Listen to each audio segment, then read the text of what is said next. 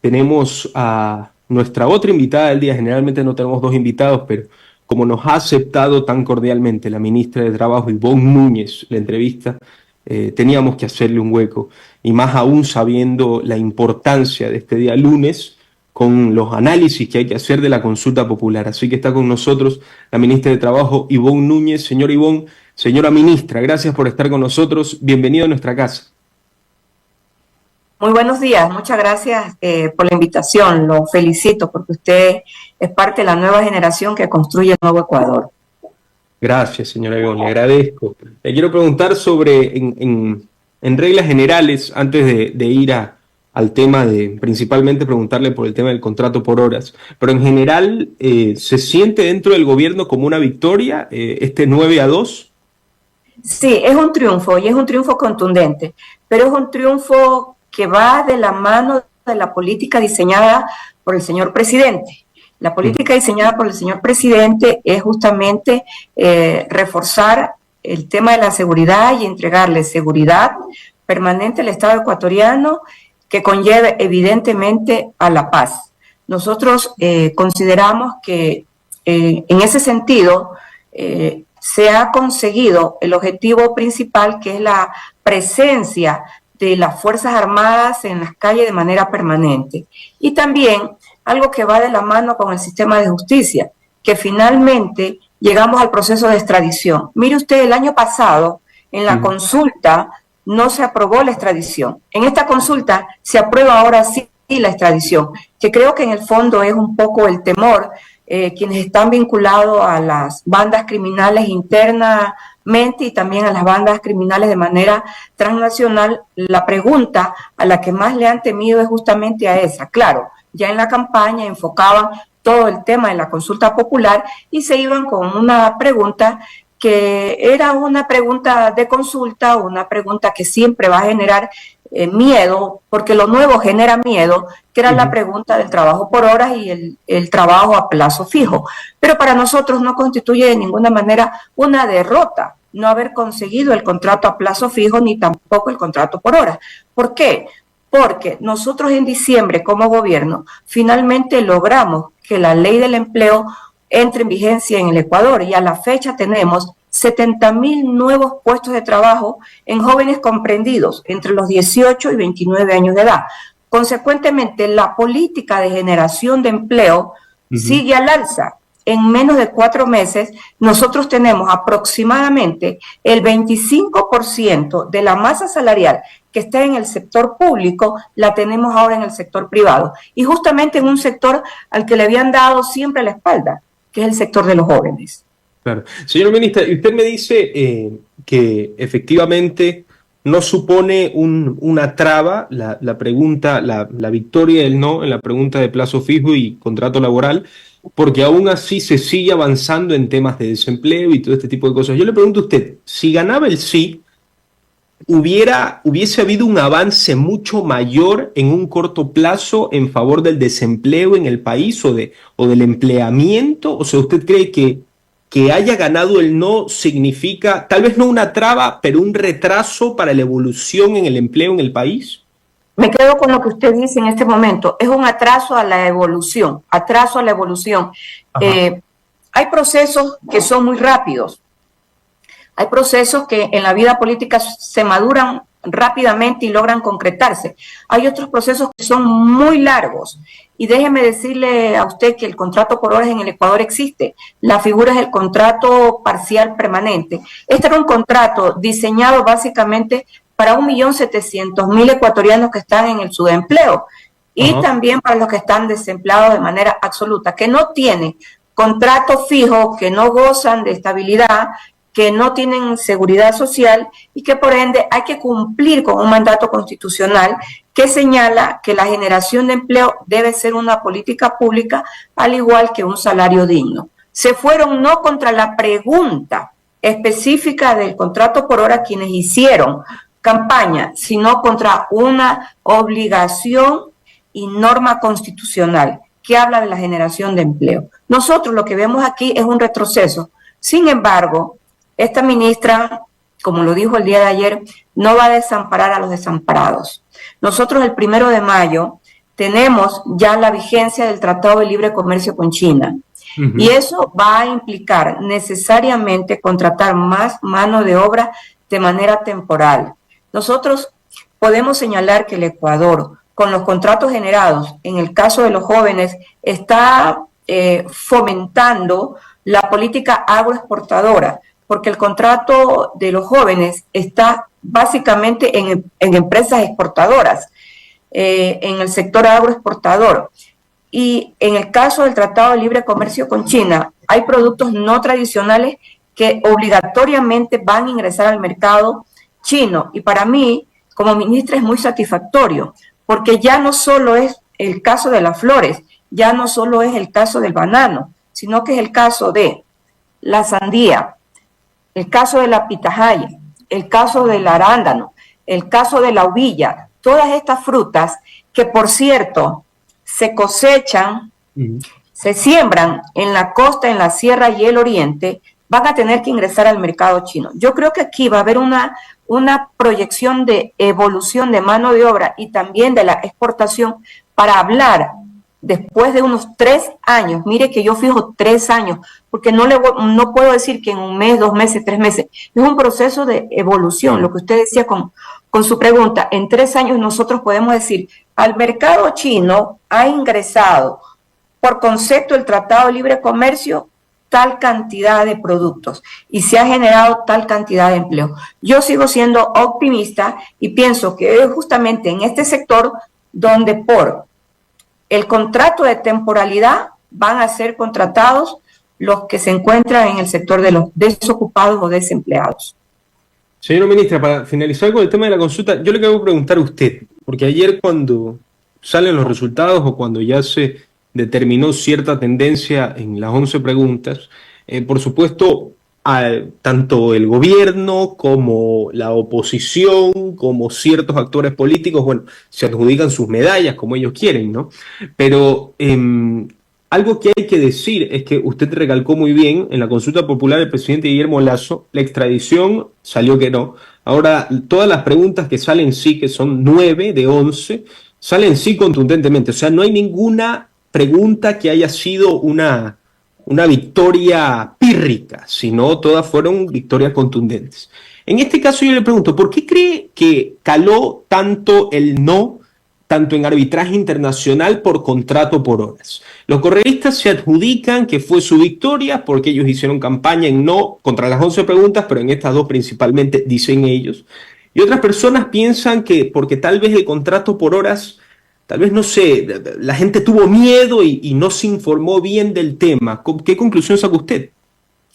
Yo pienso que jugaron varios factores, pero empiezo señalando aquí lo siguiente. El contrato por hora no solo era una propuesta del gobierno liderado por nuestro señor presidente Daniel Noboa Sin, también era una propuesta del Partido Social Cristiano, también fue una propuesta del grupo político, Movimiento Político Construye, y también fue propuesta de algunos sectores políticos, en este caso independientes, y déjeme decirle, también del sector empresarial. Así que no es que exclusivamente era una propuesta del presidente Daniel Noboa Sin. Cuando usted tiene un cúmulo de proponentes, lo que debe tener es un respaldo a las propuestas. Eso, en mi opinión, no se dio ni de manera articulada, ni de manera o como iniciativa de cada uno de estos sectores, tanto políticos como gremiales. Sin embargo, para nosotros, como yo le dije hace un rato, no constituye ninguna derrota. No constituye ninguna derrota porque es política de Estado. La Constitución obliga a que el Estado fomente generación de empleo, políticas de empleo y salario digno. Y esta ministra va a seguir trabajando en esa línea. Creo que el ataque a las 2 preguntas fue un ataque maquillado. Fue un ataque maquillado, porque a mí me parece hasta indigno que usted se oponga a que una persona obtenga realizaciones personales y obtenga el primer requisito para estas realizaciones, inclusive para el desarrollo como individuo, que es el derecho a tener un empleo y una vida digna. Señor Ibón, quisiera preguntarle por la demanda que usted firmó en contra del expresidente Rafael Correa por traición a la patria. por favor, díganos sus razones para hacer dicha demanda o para querer llevar a cabo dicha demanda. Mire, existe un artículo del Código Orgánico Integral Penal que obliga que cuando un ciudadano conoce una noticia crímenes, o sea, un acto criminal, inmediatamente debe acudir a la Fiscalía General del Estado para poner en conocimiento lo que acaba de evidenciarse o de conocerse. Nosotros vivimos en el Ecuador una guerra interna contra el crimen organizado, contra la delincuencia transnacional y mire usted, una guerra interna contra la impunidad. La historia del Ecuador de hoy no es la misma historia del Ecuador de hace 20 años atrás.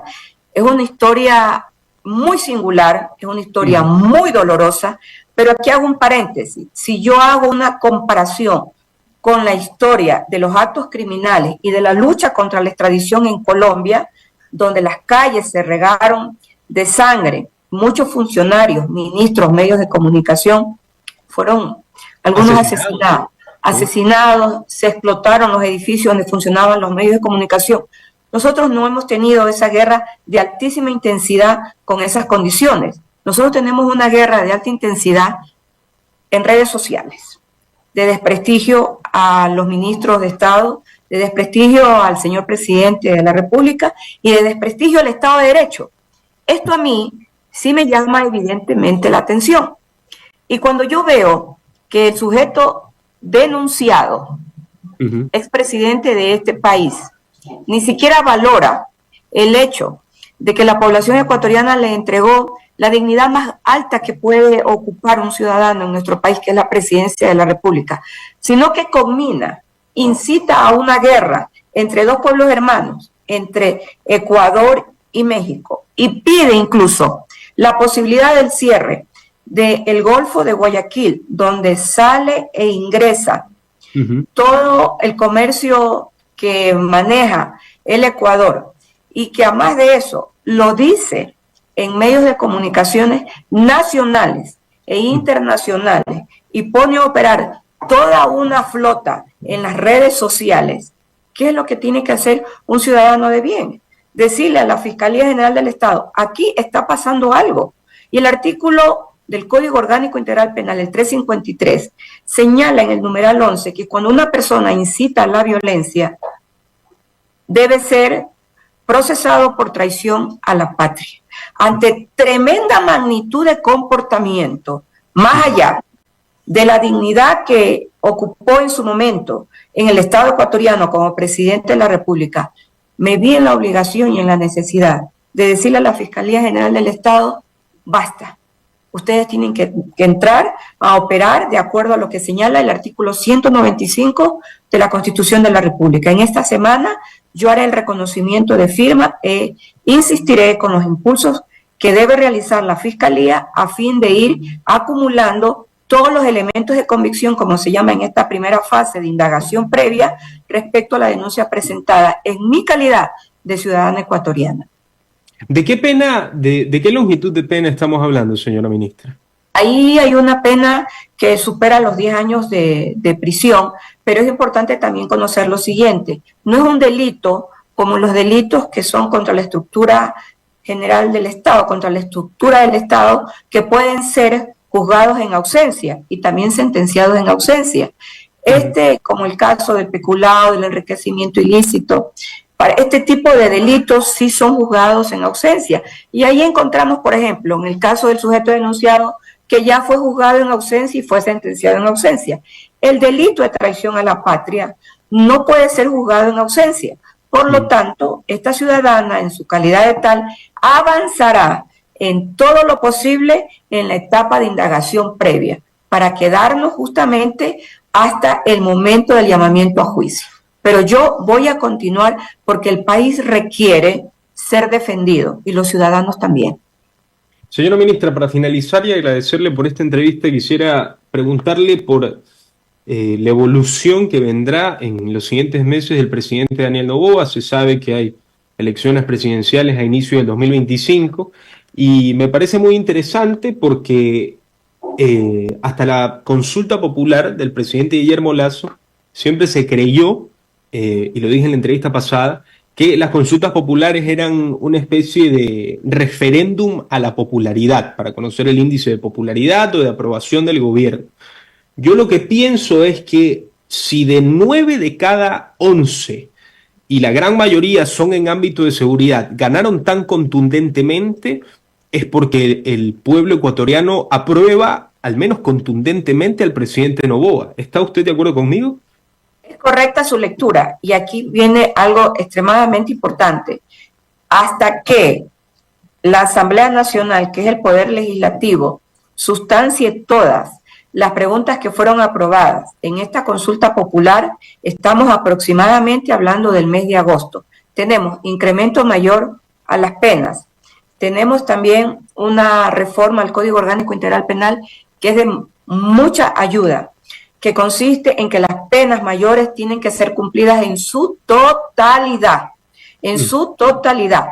También tenemos el tema de la extradición, la presencia permanente de las Fuerzas Armadas en las calles. Hay una pregunta que sí va a llevar mucho tiempo para que se la implemente y que fue aprobada, que se refiere a las garantías jurisdiccionales. Esto es, los juzgados especializados en materia constitucional. Esto va a llevar bastante tiempo y se requiere de un presupuesto específico a fin de que el Consejo Nacional de la Judicatura, que es el órgano competente, la implemente. Señora ministra, le agradezco muchísimo por haber estado con nosotros aquí en Radio Fuego 106.5 y en Mariela TV. Le mando un gran saludo y le deseo mucha suerte en su gestión. Muchas gracias a usted. Y déjeme decirle que el fuego nunca se apaga, porque la victoria siempre será del pueblo. Gracias, señora ministra. Estuvimos el día de hoy con la señora ministra de Trabajo,